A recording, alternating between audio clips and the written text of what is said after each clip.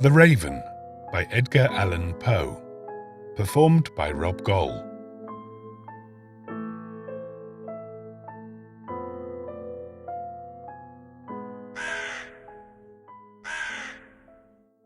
Once upon a midnight dreary, while I pondered weak and weary over many a quaint and curious volume of forgotten lore, while I nodded, nearly napping, suddenly there came a tapping, as of someone gently rapping at my chamber door. "'Tis some visitor," I muttered, tapping at my chamber door. "Only this, and nothing more." Ah, distinctly I remember it was in the bleak December, and each separate dying ember wrought its ghost upon the floor. Eagerly I wished the morrow. Vainly I had sought to borrow from my books surcease of sorrow for the lost Lenore, for the rare and radiant maiden whom the angels name Lenore, nameless here for evermore. And the silken, sad, uncertain rustling of each purple curtain thrilled me, filled me with fantastic terrors never felt before, so that now, to still the beating of my heart, I stood repeating, "'Tis some visitor entreating entrance at my chamber door, some late visitor entreating entrance at my chamber door. This it is, and nothing more." Presently my soul grew stronger, hesitating then no longer. "Sir," said I, "or madam, truly your forgiveness I implore, but the fact is I was napping, and so gently you came rapping, and so faintly you came tapping at my chamber door, that I scarce was sure I heard you. Here I opened wide the door. Darkness there, and nothing more." Deep into that darkness peering, long I stood there, wondering, fearing, doubting, dreaming dreams no mortal ever dared to dream before. But the silence was unbroken, and the darkness gave no token, and the only word there spoken was the whispered word, "Lenore." This I whispered, and an echo murmured back the word, "Lenore." Merely this, and nothing more. Back into the chamber turning, all my soul within me burning, soon again I heard a tapping, somewhat louder than before. "Surely," said I, "surely that is something at my window lattice. Let me see then what thereat is, and this mystery explore. Let my heart be still a moment, and this mystery explore. 'Tis the wind, and nothing more." Open here I flung the shutter, when with many a flirt and flutter in there stepped a stately raven of the saintly days of yore. Not the least obeisance made he, not a minute stopped or stayed he, but with mien of lord or lady, perched above my chamber door, perched upon a bust of Pallas just above my chamber door, perched and sat, and nothing more. Then this ebony bird beguiling my sad fancy into smiling, by the grave and stern decorum of the countenance it wore, "Though thy crest be shorn and shaven, thou," I said, "art sure no craven, ghastly, grim, and ancient raven, wandering from the nightly shore. Tell me what thy lordly name is on the night's Plutonian shore." Quoth the raven, "Nevermore." Much I marvelled this ungainly fowl to hear discourse so plainly, though its answer little meaning, little relevancy bore.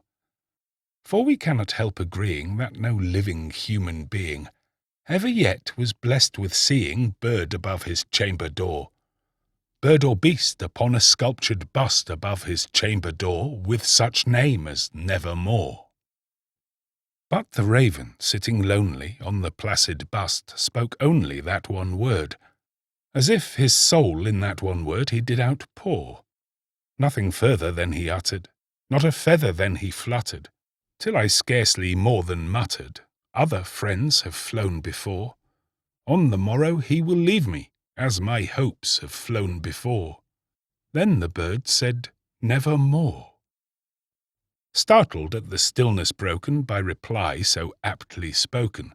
"Doubtless," said I, "what it utters is its only stock and store, caught from some unhappy master, whom unmerciful disaster followed fast and followed faster, till his songs one burden bore, till the dirges of his hope that melancholy burden bore, of never, nevermore."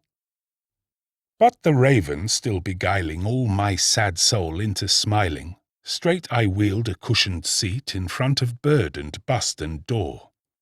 Then, upon the velvet sinking, I betook myself to linking fancy unto fancy, thinking what this ominous bird of yore, what this grim, ungainly, ghastly, gaunt and ominous bird of yore meant in croaking nevermore. This I sat engaged in guessing, but no syllable expressing to the fowl whose fiery eyes now burnt into my bosom's core. This and more I sat divining, with my head at ease reclining, on the cushion's velvet lining, that the lamplight gloated o'er, but whose velvet violet lining with the lamplight gloating o'er, she shall press, nevermore. Then, methought, the air grew denser, perfumed from an unseen censer, swung by seraphim whose footfalls tinkled on the tufted floor. "Wretch," I cried, "thy God hath lent thee, by these angels he hath sent thee, respite, respite and nepenthe from thy memories of Lenore. Quaff, oh quaff this kind nepenthe, and forget this lost Lenore." Quoth the raven, "Nevermore." "Prophet," said I, "thing of evil, prophet still if bird or devil, whether tempter sent or whether tempest tossed thee here ashore, desolate yet all undaunted, on this desert land enchanted, on this home by horror haunted, tell me truly, I implore, is there balm in Gilead? Tell me, I implore."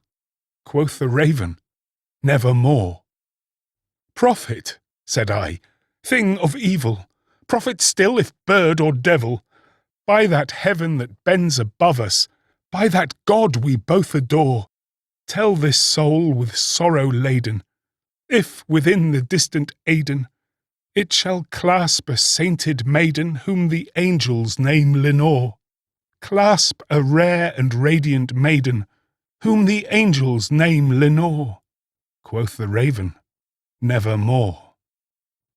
"Be that word our sign of parting, bird or fiend?" I shrieked, upstarting. "Get thee back into the tempest and the night's Plutonian shore. Leave no black plume as a token of that lie thy soul hath spoken. Leave my loneliness unbroken. Quit the bust above my door. Take thy beak from out my heart, and take thy form from off my door." Quoth the raven, "Nevermore." And the raven, never flitting, still is sitting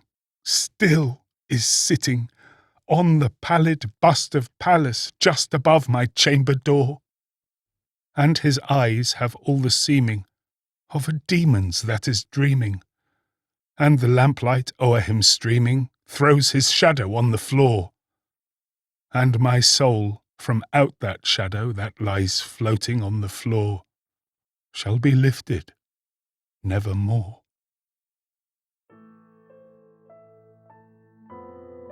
The Raven by Edgar Allan Poe. Performed by Rob Goll.